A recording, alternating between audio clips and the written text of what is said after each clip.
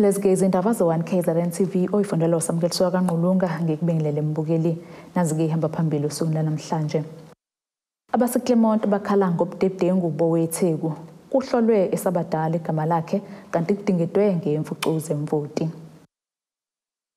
Amalungu omphakathi endaweni yaseClermont ngaphansi kuka-Ward 22 eThekwini akhala ngobudedengu bukamasipala njengoba-ke ehlaliswe kabi ipayipi elihambisa amanzi emgaqweni uma-ke kunezimvulo sokupheleke iminyaka lingasebenzi nokwenza amanzi angene ezindlini zabo. Umbasa Mfeketho uthi-ke mkhulu umonakalo osudaleke emzini yabo kusukela-ke Izikhukhula zangonyaka owedlule kanye-ke nangesiphetho esinamandla esihlasele emavikini amabili edlule. Yilo leli payipi elidala umonakalo ezindlini zamalungu omphakathi ngaphansi kuka-Ward 23 eThekwini. Ukuvaleka kwalo eminyakeni eyedlule kudale omkhulu umonakalo ngesikhathi kuhlasela izikhukhula ngonyaka owedlule kanye nangesikhathi kuhlasela isishingishane emavikini amabili edlule. Laba bathi-ke uma kunezimvula amanzi awasangeni epayipini kepha ageleza angene ezindlini zabo nosakuholele ekugugulekeni komhlabathi zasala zisemoyeni. Isango njengoba nilibona alisasebenzi asisakwazi ngena kulona nelapayipi leli nilibonayo lengaphandle liyalika amanzi awahambi through lona njengoba nibona indlu isigugulekile sekuvele ifoundation ngaphansi unangaphambili nakhona umkhono umonakalo amanzi angena endlini lo mnyango leni ubonayo lo la ngemuva ifurniture ilimele yona noma sekuthiwa kuyanetha usuyasaba umuntu ukuthi inkosi yami nako kuphinde kwenzeka lokho cause ihlala nezingane nazo sezinaleyo trauma leyo ukuthi makuqale kunetha nje sebe nokusaba lokho ukuthi nako cause yabo masekunetha la amanzi ageleza lana unyakaza ngishindlu sendlini ngaphakathi uyenyakaza ngishindlu so sesinaloko nje sihlala ngokusaba nje lana asisakhulekile. Le ndawo lena yasurveywa umasipala wathi i-right for ukuthi sokhe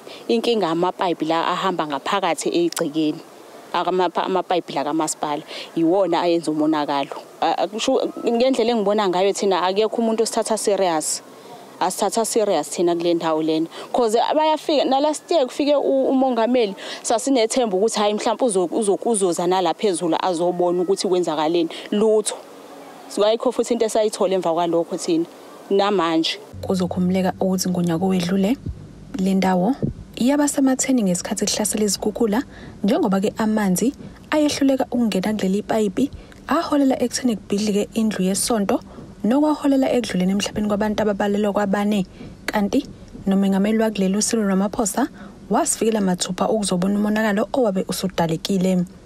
Lezi zakhamizi zithi-ke sekuneminyaka bebikela umasipala abasebenzi bawo abafikayo kepha isimo sisafana. Bathi-ke sebechithe imali eshisiwe bezama ukusekela imizi yabo ukuze ingawi. Problem idalwa lama saka gadota abantu asebewafaka lapha. Okubhlungu kakhulu ukuthi iyareportwa lento kodwa esikubukayo umasipala doesn't show any concern. Uma esezile wazobona uyakubhalisa sengathi khona okuzokwenzeka nothing happens ngoba asisho ukuthi akasakhela izindlu kodwa uma ebenga susa isource kwaze wafika abantwana abawu4 abathi bangama delegates abazobheka ukuthi lo monakalo udalwe yini ngakhuphuka nabo ngazobakhombisa la i-problem iqala khona. Umfana wayehamba nabo wathi the problem is solved ngoba useyazi ukuthi sekwenzekeni kodwa kuze kube manje akwenzeki lutho okuyikona nje angasilungisela khona ngoba ipipe lisasebenza ngendlela le problem ibingekho. Uma kubizwa ukuthi seliblock ngendlela ukuthi abasakwazi ukudonsa phakathi kungani bengawuvala umgwaqo bagupha ipayipi bafaka ipayipi elisha babuka idamage esiyenzekile.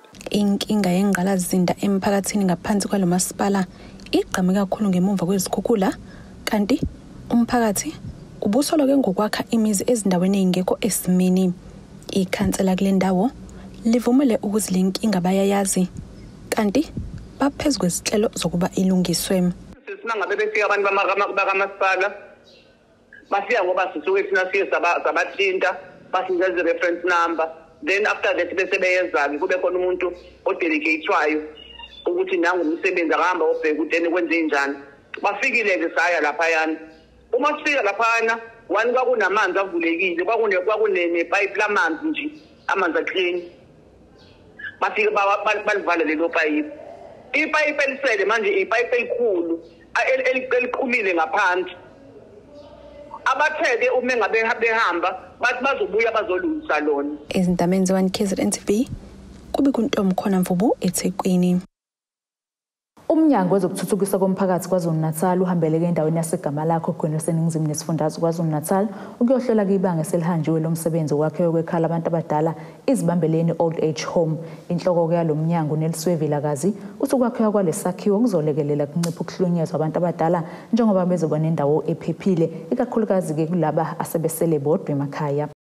Umnyango wezokuthuthukiswa komphakathi KwaZulu-Natal uhambeleke endaweni yaseGamalakho ogwini lwaseNingizimu nesifundazwe KwaZulu-Natal ukuyohlola ibanga selihanjiwe lomsebenzi wokwakhiwa kwekhala abantu abadala izibambeleni old age home. Inhloko yalo mnyango uNeliswe Vilakazi uthi ke besesikhulu isidingo sokuba nendawo efana nalena elekelela abantu abadala njengoba ke ibingekho efana nayo phambilini. La namhlanje sivakashile le ndawo le yindawo eranwa non-profit organization babhekelele kakhulu abantu abadala bebe service center kodwa ngesidingo sokuthi siyayidinga indawo old age home la egama lakhe la OGWINI. Ingakho ke namhlanje besohlola umsebenzi owenziwayo. Lo msebenzi ke kumanje ungaphansi ke kwemnyango wezokuhlaliswa kwabantu kanti ke le ndawo izokwazi ukuthi igcine imbhede engu120 kuyo le ndawo kanti le ndawo izolekelela kakhulu ukufikela abantu abadala ekuhlukunyezweni. Thina ke siwumnyango wezokuthuthukiswa komphakathi siyajabula kakhulu uma kunezinto ezinje emphakathini ngoba siyazi ukuthi sekungena isihlava esibi esokuthi abantu abadala bayahlukunyezwa, abantu abadala baphatheki kahle, abantu abadala uthola ukuthi bahleli bodwa emakhaya.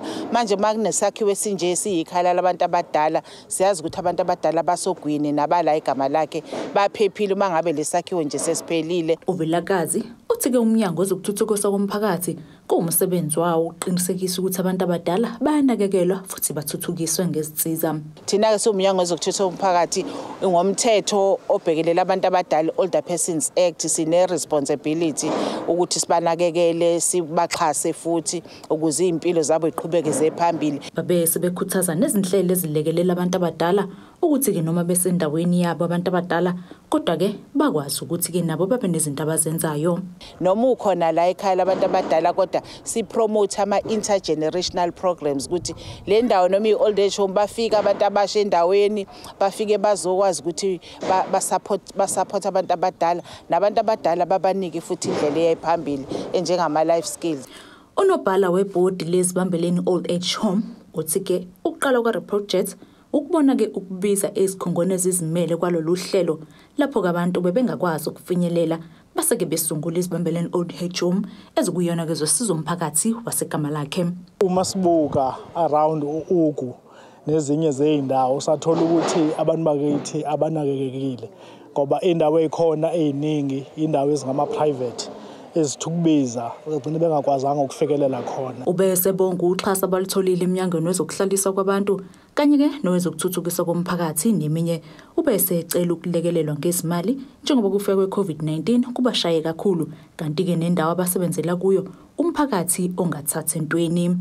Kusho ukuthi ke siyalidinga usizo lwemali kakhulu sizokwazi ukuthi silifezekise leliphupha lana ikhaya labantu bazohlala khona 24 hour with a high level security benikezwe ukudla bazizwe nje ukuthi basekhaya. Sibonga kakhulu ukuxhaswa esulitholayo from ama departments babeke ngasho kuqala. Umkhandlu wesifunda umzinyathi uhambele kumasipala umvoti lapho kudingidwa khona udaba lendawo yokulahla udoti imvoti landfill site kuzokhumuleka ukuthi ke le ndawo isiqeda ke iminyaka engasebenzi ngenxa ongabi nazo ke isitifiketi esigunyaza kuba ke isebenze kanti umasipala umvoti ubusebenzisana nomasipala umsunduze ngenxa ongabi nayo indawo esemthethweni yokulahla udoti. Labo masipala ke bavumelene ngokuthi ke bazohlangabezana phakathi ngezimali ukuze kutholakale ke onjiniyela abazosebenza kule ndawo.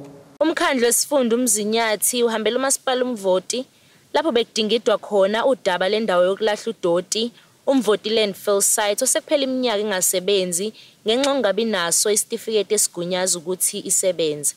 Usekela meya womasipala umzinyathi uthi bathatha igxathu lokuba bexoxisane nomvoti ukuze kulunge udaba lalendawo. Sithathe initiative ukuthi size emvoti ngenxa yokuthi ngo2014 kwaba ne landfill site eyaqala yaqala ukwakhiwa yaba khona la eMvoti manje iyazi ukuthi inganyelwe i-certificate sisemzinyathi so ukusebenza kwayo akuzange kuze kusebenzeke kahle hle ngenxa yokuthi ayikazi iphumelele ukusebenza kuze kube manje. Uqhubeka ngokuthi isizathu sokuba le ndawo ingasebenzi ukuthi le ndawo ibingakapheli ukwakhiwa. Ibingakapheli kahle ingakho ingakazange ukusebenza ibingakapheli ngoba mhlambe njengoba sihamba nje sibonile ukuthi kunezinto eziningi ezasezisetshenziswa njengamanje futhi sezivandaliziwe kusho ukuthi njengamanje safanele siqalile phansi futhi silungise lokhu okwase kulungisiwe siphinde futhi sikulungise. Khona manjalo usomlomo womasipala uMvoti uMfundo Masondo uthi kube yigxathe elihle kakhulu kuba umzinyathi ufike kule ndawo ukuzoxazulula izinkinga ababhekene nazo. Asikuvuma ukuthi mhlambe kube yigxathu elikhulu kakhulu nelihle ukuthi umzinyathi ufike namhlanje la endaweni yaseMvoti ukuzoxazulula leyankiyanki esibhekene nayo somkhandlu waseMvoti.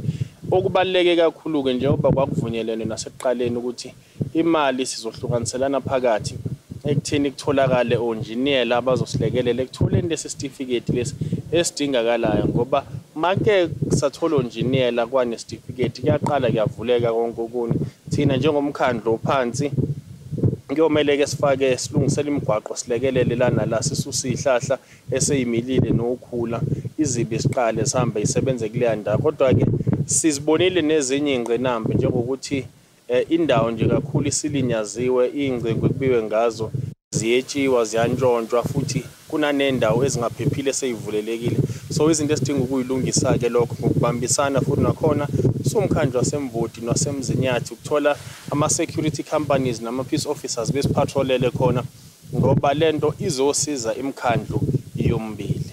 Kanti uqhubeka ngokuthi ukulahlwa kaDote eMsunduzi iyona into ebigqilaza umasipala uMvoti. Iyona into ebisigqilaza kakhulu nje imali engango 200,000 incane kakhulu ngenyanga. Ngenyanga edlule sikhokhe u2 million somkhandlu waseMvoti and uyazi ke izibi mayizohanjiswa ePietermaritzburg kunemali estandard kumele uyikhokhele uMsunduzi umasipala wakhona ukuthi uzolahla izibi khona uphinde uthenge amaphathi asuke limala ukhokhela abasebenzi abayakhona udiesel ngapha so imali biqhuma phezulu way in excess of 200,000 njengoba ngisho ngenyanga edlule nje sikhokhe u2 million ngoba bese kunekweleti nama penalty okukhona. Ezindabeni ze1KZNTV kubika uThobeka Dladla ngiseMvoti. Asike sisishelele etolo sibuya siqhubeke nazo indaba zethu.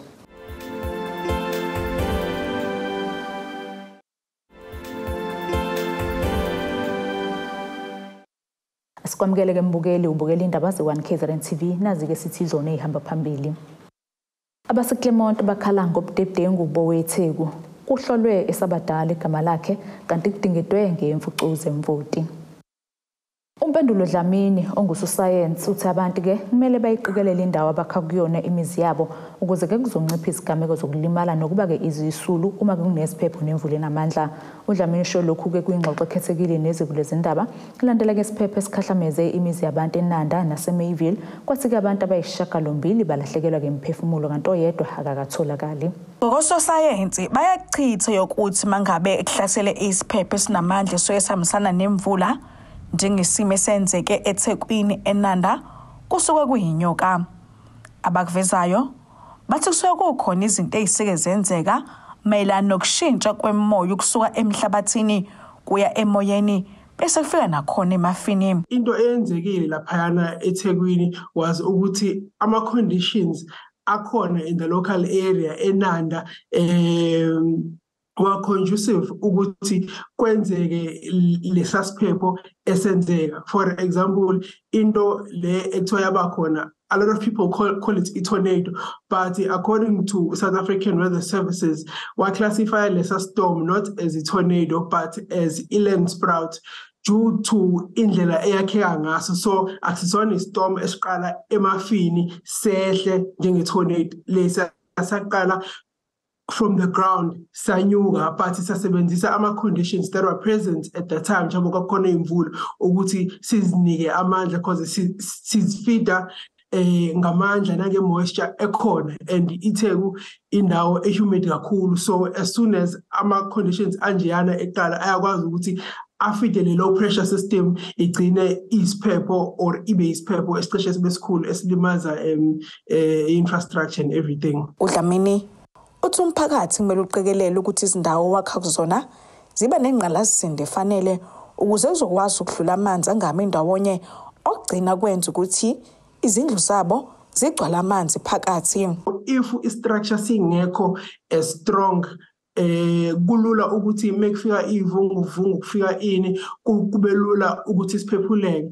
And when it comes to ama tornadoes and ama land sprouts, they are very unpredictable in terms of iphathi yawo. So as sihamba istorm singaya noma ikuphi depending on ukuthi topography or geography yendawo ikanjani. For example, njengoba kuthiwa siqale eNanda, if you look at the geography endawo yaseNanda, phezulu yindaba, hillcrest, iphansi inanda, idam.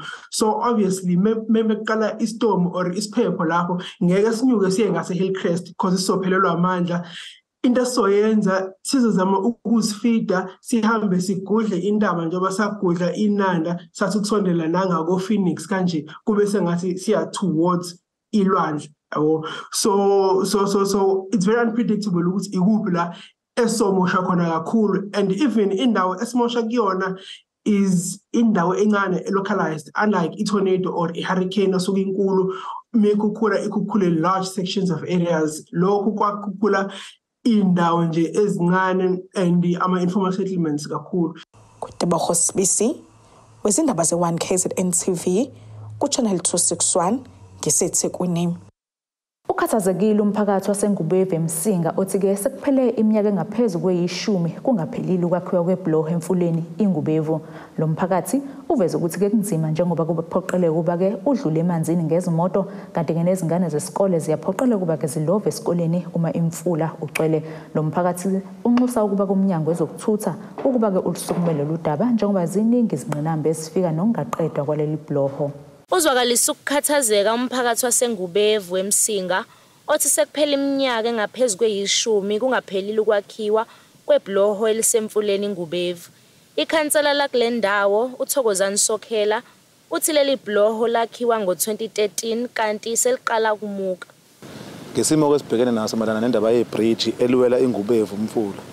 Nese kunesikhathi ke laqala ukwakhiwa, lo laqala ukwakhiwa ngo-2013 masingaqamba amanga. Usonkontraka wayelakha nje walishiya kanje azange sithole lutho soumphakathi ukuthi kwenzakalani kuze kube namhlanje bake bafika ngonyaka ophelile ngazama ukuthi ngibathola ama contacts abo sabacela ukuthi befike la endaweni bafika basithembisa ukuthi umgaqo usuphasile ibudget iphumile bazosebenzela ukwakha ibridge babesithembisa uAugust wa last year. Emva kwalokho akuphindanga sabona umuntu owayeqhamuka Department of Transport kuze kube namhlanje.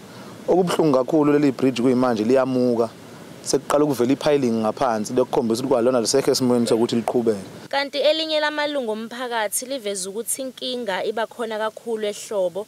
uNtobeko uthi abantwana besikole bayaphoqeleka ukuba bengaye esikoleni uma line kakhulu izulu. Inkinga yethu naleli bridge leli aboma kuthiwa kusehlobo like imoto aziweli ingane zesikole zigcina zingakwazi ukuya esikoleni thola abantwana basele esikoleni ngesimo sokuthi uthisha ngeke asalise angafundise esikoleni ngezizathu sokuthi kunabantwana abangezile abawu2 or 3 ngezizathu sokuthi umfula. Kodwa ngaleso sikhathi abantwana bengazile esikoleni ngaleso sikhathi besele esikoleni abantwana bengasakhona ngokuthola ifundo ethizeni. Enye ke inkinga enkulu esibhekana nayo thola ukuthi kunezidumbu ziqhamuka ngala cause edroba lingala kushona abantu thola ukuthi isidumbu sombeka ngaphesha komfula umuntu sekufuna kwenzakaleni kuphuma inqini yothwala umuntu ake sithi ngelinye ilanga kuzokwenzeka imistake kuwe umuntu emanzini ofile abotho obuhlungu omngakanani. Khona manjalo ikhansela libe selinxusa ukuba umnyango wezokuthutha ungenelele kulolu daba. Siyacela kakhulu ke bakwethu ukuthi abathintekayo odabeni lwaleli bridge oluku D552 eMsinga ka Ward 14 abasondele bezobona bekwazi ukuthi belicomplete ibridge. Siyacela siyaqonda ukuthi umkhandlu wethu umkhandlu omncane siyaqonda futhi ukuthi uTransport uphethwe elinye leza amaqembu esingeke siliveze la kodwa sekumele ukuthi sigcine sicela ukuthi siyacela ukhongolose awudedela izinto zize emphakathini siyalimala Siyaqonda ukuthi njengoba umsinga siholwa iqembu lenkatha bazosigodlela izinto singayitholi ngendlela. Kodwa lokho kulimaza umphakathi, kulimaza abantu esafunga ukuthi service delivery sizoyiletha emphakathini. Ngiyacela kakhulu kuminister obhekelela umgaqo nobhekeleza umgaqo nezokuthutha ukuthi akake sondele ebridgeini. Umsweli uke wafika kuleli bridge wazama ukuliveza naye ezama ukuthi alekelele abantu bakule ndawo but kwathula ukho kwaqhubeka. So siyacela kakhulu bafethu uhulumeni kaANC awulethe izinto zabantu kubantu. Siyacela bengasithembisa izinto bethu bazoziletha beqede bengazenzi. Njengamanje sisenkingeni sekumele kusebenze thina emkhandle emincane ibudget ibikhona yonke kubona beyiprovince. Ezindabeni zo1KZNTV kubika uThobeka Dladla ngisengubevu eMsinga. Lowo ongumxhumanisi kwezesibhakela ngaphansi kweKing Ncetshayo enyakatho nesifundazwe KwaZulu-Natal uZwelihle Ntuli uthi ke bajabulela kakhulu ukunikelelwa ngezinsizwa zesibhakela kwazise ke badonsa kanzima ekutheni ke basithole. Ekhuluma ke nethimba lezindaba le1KZNTV uNtuli ngenkathi benikelelwa ngalezi zinsizwa uveze ukuthi ke lokhu kuzosiza kakhulu intsha ukuba ke ingabi ingxenye yobugebengu. Ukuswela izinsizwa zokudlala uhlobo lomdlalo othandayo lokho kungaba nomthelelo ekutheni intsha igcine isizibandakanya nesidakamizo okanye ubugebengu. Lokhu kuhlaluke ngesikhathi ubuholi beIFP obungaphansi komasipala uMhlathuze bulekelela intsha ngezinsizwa zesibhakela kwintsha yasenseleni. Ukhulu kakhulu lokhu okwenzeke namhlanje whereby i-boxing ithola i-equipment okungama club asenseleni ibhejane nenseleni boxing. Kukhulu kakhulu lokho kwenzekile ukuzothuthukisa kakhulu i-boxing yasenseleni. Vele ke isibhakela sikhona ke la enseleni sukela kudala nje kuyaziwa KZN yonke ukuthi uzosifica isibhakela sezingeni enseleni. Safisa ukuthi nabanye abaholi bengenelele ukulekelela ngokwama facilities because enye into esishaya kakhulu i-condition yama facilities. Kodwa ngoba sasibona isiqalo siyathemba ukuthi kukhulu kuyeza ngoba yonke into inesiqalo, iqala incane emva lokho iyephezulu. Intsha yasenseleni ukuthi isizokwazi ukuthi ikhiphe busy ingatholi sibandakanya nezinto ezithinta ubugebengu nezinto engenayo discipline nezinto ezithinta idakamizwa. Izokwazi ukuthi ikwazi ukuthi ibe ne-equipment ukuthi i-exercise ikwazi ukuthi misikhompyutha namanye ama-province namanye ama-nations ikwazi ukuthi i-perform at the best. Lo wakwaba umshayeli wesibhakela ungaconsi phansi uSolwazi uThulani 3 second kwanyana utuse kakhulu ubuholi bomkhandlu Mhlathuze ngokungakhethi iphela emasini uma iletha usizo emphakathini ikakhulukazi entsheni. Bonga kakhulu kumasipala wase eMhlathuze ukuthi akwazi ukuthi azonikelela ngensiza kusebenza zesibhakela especially entsheni ukuthi angabheki ukuthi kahle kahle ngoba lona ngikwazi ukumsiza ngoba iqembu lona ngikwazi ukumsiza. Engicabanga ukuthi ke lokho kufanele bakufunda abaholi ukuthi mawusukhethiwe waba umholi kuleyo ndawo kuleso osukhethwe khona sebenzela isizwe, usebenzele umphakathi, usebenzele abantu besilo, usebenzele abantu bamakhosi. Kanti lowo ikhansela le-IFP kulo masipala uSandile Mncwango uthi lokhu kuzosiza kakhulu entsheni ukuthi ingazibandikanyi nobugebengu okanye isidakamizwa nokubonakala kudlangile kule ndawo. Njengoba senze lokho nje senzeka khona lokho ukuthi angithi uyabona nje ke ngoba singena emidlalweni nje imidlalo ikhiphana busy awusitholi vele isikhathi sokuthi ke fanele manje siyohlala lapha na ePaki siyobhema sifuna ini siyohlala emadolobheni lapha siyocinga ukuthile ukuze sikwazi sihlale sibhemile nani. Angithi manje make ukuthi mawubuya emankalekise nje basebaya mabefunda babuye ezikoleni baye lapha emahholo boshaya amanqindi la beshaya amanqindi ubuye seshonile ilanga akukho kunye futhi ambiye ekhaya. Indawo yasenseleni enye izindawo edume ngokukhiqiza abashaya isibhakela abasezingeni. Ezindabeni ze1KZNTV kubika uThabani Maphumulo enseleni. Siphinde sithi shelele etolo futhi sobuya siqhubeke nazindaba zethu.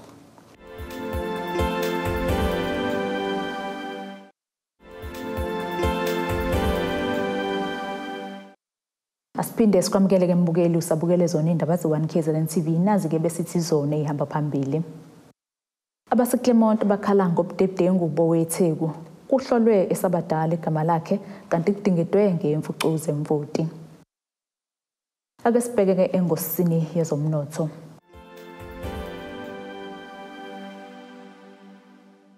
Irandi lakuleli liwu-19.09 emaqhathaniswa nedola laseMelika, liwu-24.33 emaqhathaniswa nopondo waseBrithani, liwu-20.80 emaqhathaniswa ne-euro yase-Europe. Igolide lona $1,914.52 i-ounce, wolulu ongahluziwe wona $76.52 umphongolo. Ake sibheke-ke ngosini yezemidlalo.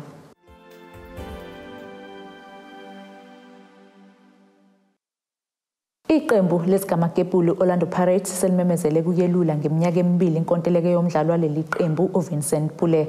Lokhu-ke kusayinda kwalo mdlali inkontileka entsha naleli qembu kwenzeka nakuba-ke bese-ke kunokungabaza ngekusasa lakhe kuleli qembu kwazise-ke uqale imidlalo eyisikhombisa kuphela nePirates ngesizini edlule. uPule koneminyaka engama-22 usayinde-ke inkontileka ehambisana nombandelo ukuthi-ke isengalulwa nangonyaka owodwa. Nasi-ke isimo sezulu esingalindeleka.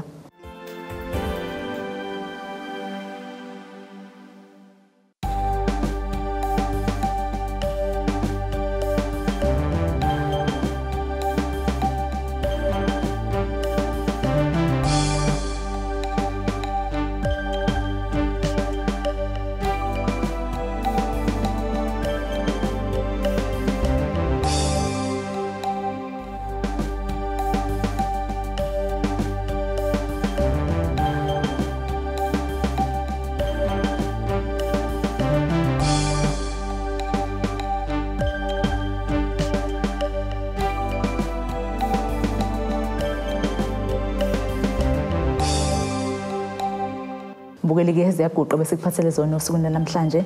Mina nawe-ke siyohlangana futhi masiphinde sihlangana. Inkosi embusise.